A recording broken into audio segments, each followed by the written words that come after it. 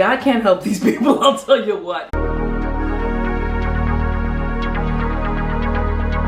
Hi, I'm Danny. Welcome to my dark desk. Grab a sippy, a puffy, because we're here to talk about 90 Day Fiance, Season 12, Episode 12. So help me God. We're going to talk about two couples. The first couple we're going to talk about is Catie and Josh. Now, I wasn't here last week because your girl needed a break. So we met Catie's parents, very much in the church, Lutheran, and we found out that Catie, surprisingly enough, is also religious. Didn't see that coming. I didn't know you could just make out and just have random sex with people, friends of yours, in a group when you're very religious, but hey, we move. Anyhow, another thing we found out that I don't think Catie's parents likes her too tough. Her dad was saying that it's cool to hang out with her for a couple of days and then it gets annoying. Her mom, she was saying something to the effect of Catie's really bossy. In fact, that's an ongoing theme. So we start off episode 12 with the family, Catie, Josh, Deborah, and Daniel. Deborah is Catie's mom, Daniel's Catie's dad. They go cake testing and we discovered that Josh actually is allowing Catie to plan the wedding. And we also found out that none of it is done and they have about a month to do it. And Catie's mom, Deborah, indicates that she didn't think that Catie would have anything done and it's gonna be chaotic. Josh also says that he is worried that everything's gonna be stressful at the last minute. And honestly, it's a wedding. It's gonna be stressful regardless, but it's gonna be more stressful because you're marrying somebody you shouldn't. One, you're marrying somebody who doesn't plan. Two, and you're marrying somebody who doesn't want to get married, so it's gonna be stressful, Josh. I don't know what to tell you. So they're sitting at the table and they have like 4 cakes in front of them. Catie digs in the red velvet and the mother's like, oh, I was hoping to save the red velvet for last. So just unnecessarily passive aggressive remarks between mother and daughter. It doesn't seem like they like each other too tough. Or at least her mom doesn't like her too tough. I just get that vibe. While they're cake testing and talking about where they're gonna have the wedding, Catie mentions that they were thinking about having their wedding at her parents' house. And the parents are like, no, absolutely not. We can't fit 50 people in our home. And I low-key think that they don't want to fit 50 people in their home because they know Catie's gonna just leave them there with the mess. Josh is like completely understanding about it. And then Catie gets a notification about Josh's stuff. Apparently Josh's stuff was stuck in customs and now it's being delivered. And Josh is like, wait, what? What do you mean it's getting delivered? Tell me. You didn't tell me this. And Catie's like, I totally did tell you this. And Josh is like, no, you didn't. And then we find out that Catie like shot him a message during her run. And she's like, oh, I'll tell you later. And because Josh didn't follow up on what the tell you later was, that was Edge. She didn't tell him, hey, I just got a notification about a 4-hour window to have your items delivered. She's completely unsympathetic. All his worldly possessions are being delivered and they are not in the city that it's supposed to be delivered.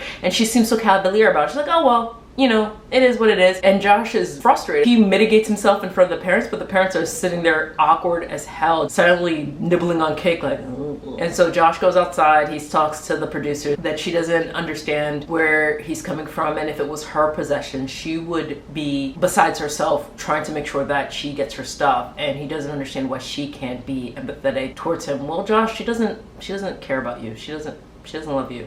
She doesn't respect you. I don't know what to tell you, Josh. You wanted to be cucked, now you're cucked. So the next scene, it's Easter Sunday, and Josh says they got over their bad mood because they boinked. So they're boinking in her parents' house. They were boinking in her parents' house. I think they're staying at their house, right? Oh, you're gonna do that in a religious household and then you're telling him that he needs to convert? And y'all ain't married? Where they do that at? Like, this girl's a hypocrite. It seems like that's their energy. Like, they fight, they fuck, and then the cuck. That's what it is. Fight, fuck, cuck. That's what their pattern is. When Catie's chasing her parents' chickens, he makes a joke like, oh, it's like you chasing people to kiss at the bar. And he's like, oh, I'm gonna call that rooster or that chicken that's running away Ryan. Then the parents set up an egg hunt, which is cute, but weird. Fast forward to dinner, we see Judith and Edward, who are Catie's grandparents, and the grandfather says Catie's a good-hearted kid, but she's bossy. The producer asks Edward what does he think about Josh, and he's like, he got quiet and he's like, I thought he was gonna say something like racist, but he's like, good luck. So everyone doesn't have the strongest opinion or the best opinion about this marriage. Yikes. After they say grace, Caite is already pouring in the wine in her glass. Deborah is mentioning that she wants her grandkids baptized and in the church. Daniel, Caite's dad, asks if Josh will convert. And Josh is like, oh, well, he got real quiet. I know he wanted to say no, but he gave a very political answer, a very good answer, and says, well, I don't know enough about it. And my only motivation to convert is my relationship. And, you know, I'm not sure if that's a good reason.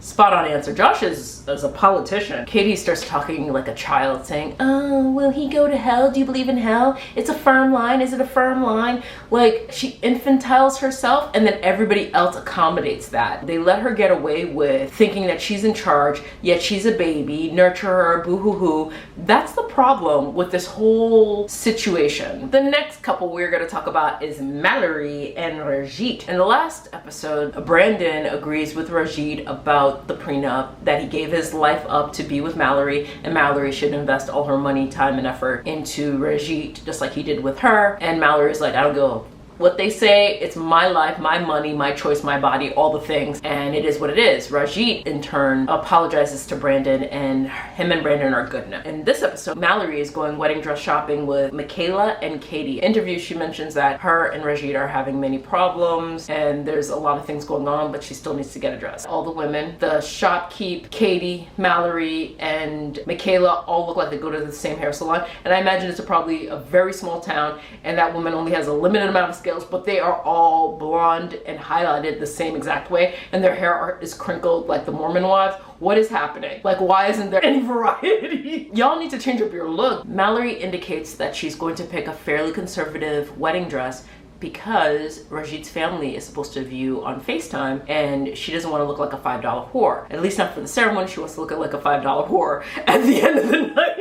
See, Mallory has a good sense of humor. She doesn't take herself seriously, which I enjoy. I loved the first dress because it had simple, beautiful, clean lines. It also had pockets, hell yeah, but she looks so beautiful. The second dress was all right. It was very ornate, very pretty in and of itself, but I think it overwhelmed her, in my humble opinion. They ask if she's excited, and she pretty much says she's worried about the prenup stuff, but there's a bigger conversation. She's not sure if she wants to have kids, and Michaela and Caite are like, ooh, he wanted to have a baby yesterday. And they were saying Rasit comes from a big family and he wants to have kids. We saw in the first episode or the second episode that he bought baby clothes with him. So she said that she's been avoiding telling him this because she wanted him to come to the United States so she could tell him face to face. And my thing is, you went to Turkey to pick him up. You could have told him then. You've seen him in the interim. You could have told him at any given time. And she said she knows she was being selfish. Yeah, no shit.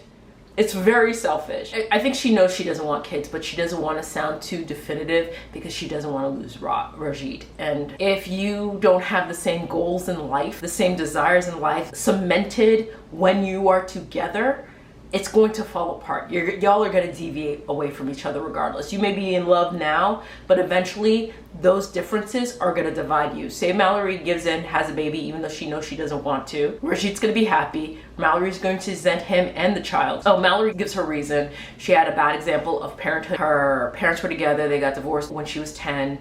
And they moved on to have their own lives. Her mom, I guess, married and dated. Apparently married, drank, and dated a lot while Mallory was a kid. It affected her, and she's like, I didn't have a good example of a mom. So Mallory has mom issues.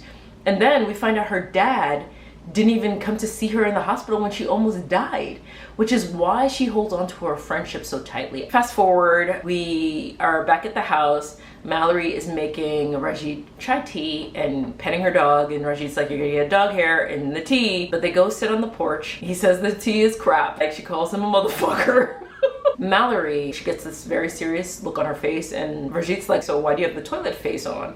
Which made me laugh, toilet face. And she says, well, she's worried about him not wanting to marry her after what she has to say. And he's just like, what do you have to say? She says she doesn't know if she wants kids. And how does that make him feel? He's like, I don't know. I want to be a dad. And then he talks about the fact that he has 8 other siblings. He has like 19, 18 nieces and nephews. He loves children. I want to like see my parents love on my kids, which is, If that's his reasoning for wanting to have children, that is a beautiful reason. That is like one of the best reasons I've ever heard for a person to want a child, that they want to see their family love on their children. I love it, okay? I'm a mush, go away. Rasit is just like, well, you know, we'll see. Maybe you'll change your mind. And she's like, what if I don't? And he's just like, I don't know. She's like, would you want to marry me? He's like, I don't know. Rasit says, you're making me sad. Rasit in his interview said, this is bullshit that she's telling me after 2 years. Had he had told him when he was in Turkey that she wasn't sure she wanted kids, he wouldn't marry her. He wouldn't have come to the United States. I was just like, ugh, that's bad. The episode ends with him walking away, and Mallory is just like, well, that was a very unempathetic response. And I'm like, girl, Mallory, didn't you just say that you not telling him sooner is selfish, and now you're getting mad that he's mad?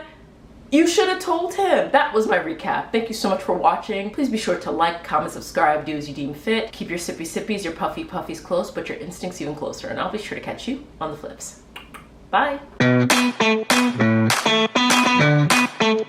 And Catie admits that Josh never licked the cat. Gone down. Put his face in a place.